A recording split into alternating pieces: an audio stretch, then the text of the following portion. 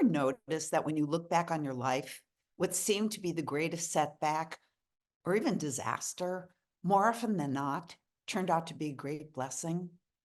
And also, what seemed to be the greatest blessing, well, sometimes it turned out not to be a great blessing after all. Knowing that, I believe we might as well love what is in the moment. Hi, I'm Deborah Poneman, founder of Yes to Success Seminars, where we offer knowledge and tools for you to live your ultimate life. And ageless, anti-aging for your brain, your body, and your future. The person who helped me internalize this concept of loving what is was the great teacher Byron Katie. Her body of work called The Work is based on the realization she had when she was, she actually had an awakening. And that is what happened was she discovered that when she believed that something should be different than the way it was, she suffered. For example, when her thought was something like, my husband should be nicer to me, or my children should respect me more. And the reality is, he isn't, and they don't. She suffered. And that when she didn't believe those thoughts, when she didn't believe that anything should be any different than exactly as it was, she felt peace. She had her awakening when she realized that what had been causing her deep depression was not the world around her, but her belief that the world around her should be different than it was. When she had her awakening, she saw that there really were no mistakes in the universe. Katie says that through the lens of her own self-inquiry, she found true peace, and we can too. She believes that our attempt to find happiness is backwards. Instead of hopelessly trying to change the world and the people in it to match our thoughts about how it or they should be, we can instead question our thoughts. And by loving reality exactly as it is, we can experience freedom and the end of our own suffering. One way her work has always helped me through tough times is by my asking the simple question she taught me to ask, and that is, how do you know this is how do you know this is supposed to be exactly the way it is? And the answer is because it is. If you argue with reality, you will always lose, but only 100% of the time. We can say things like, oh, she shouldn't have lost that election. How do you know she should have? Because she did. If she shouldn't have, she wouldn't have.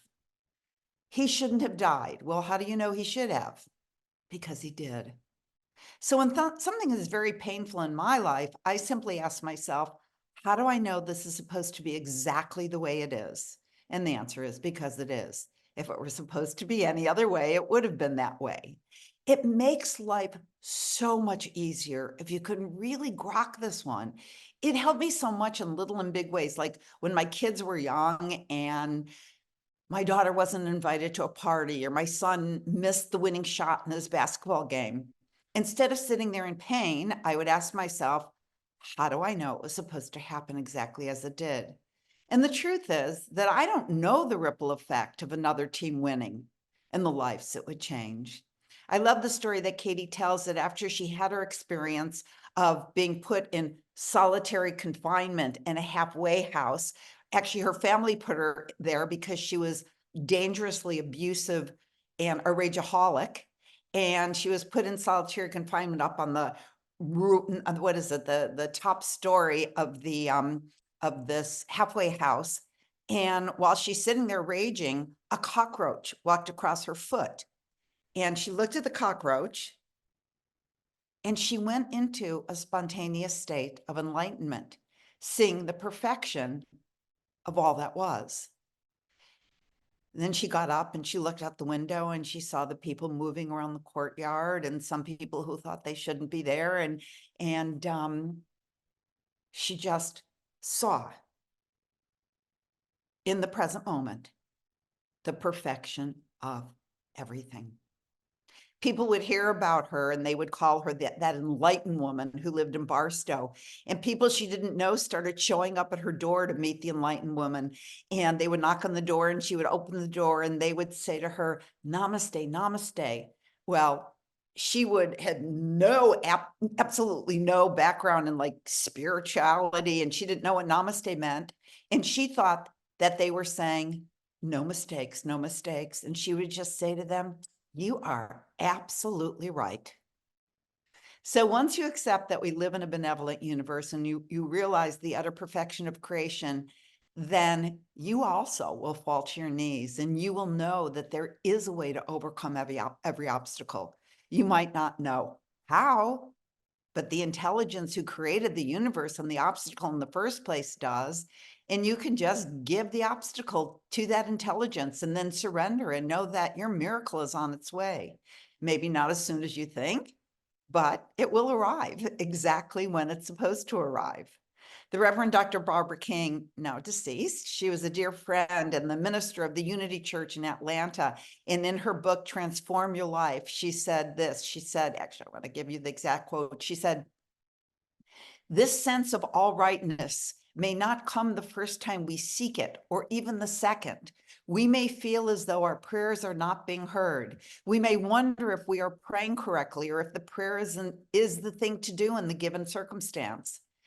At such times, it doesn't hurt to keep in mind the wisdom of our elders who understood and who were more patient than we seem to be with the workings of God.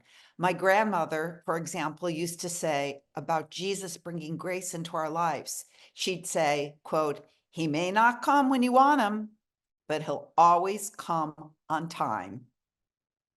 And I'll end today with one more quote. And I love to give credit, but I have no idea where I heard this. And the quote goes like this: "Don't require the universe to move more rapidly than it is.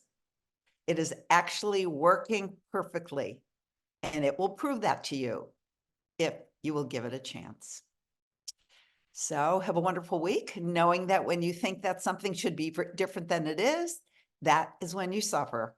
So for your own happiness, it's really best to love what is. Have a great week and bye for now. And no mistakes.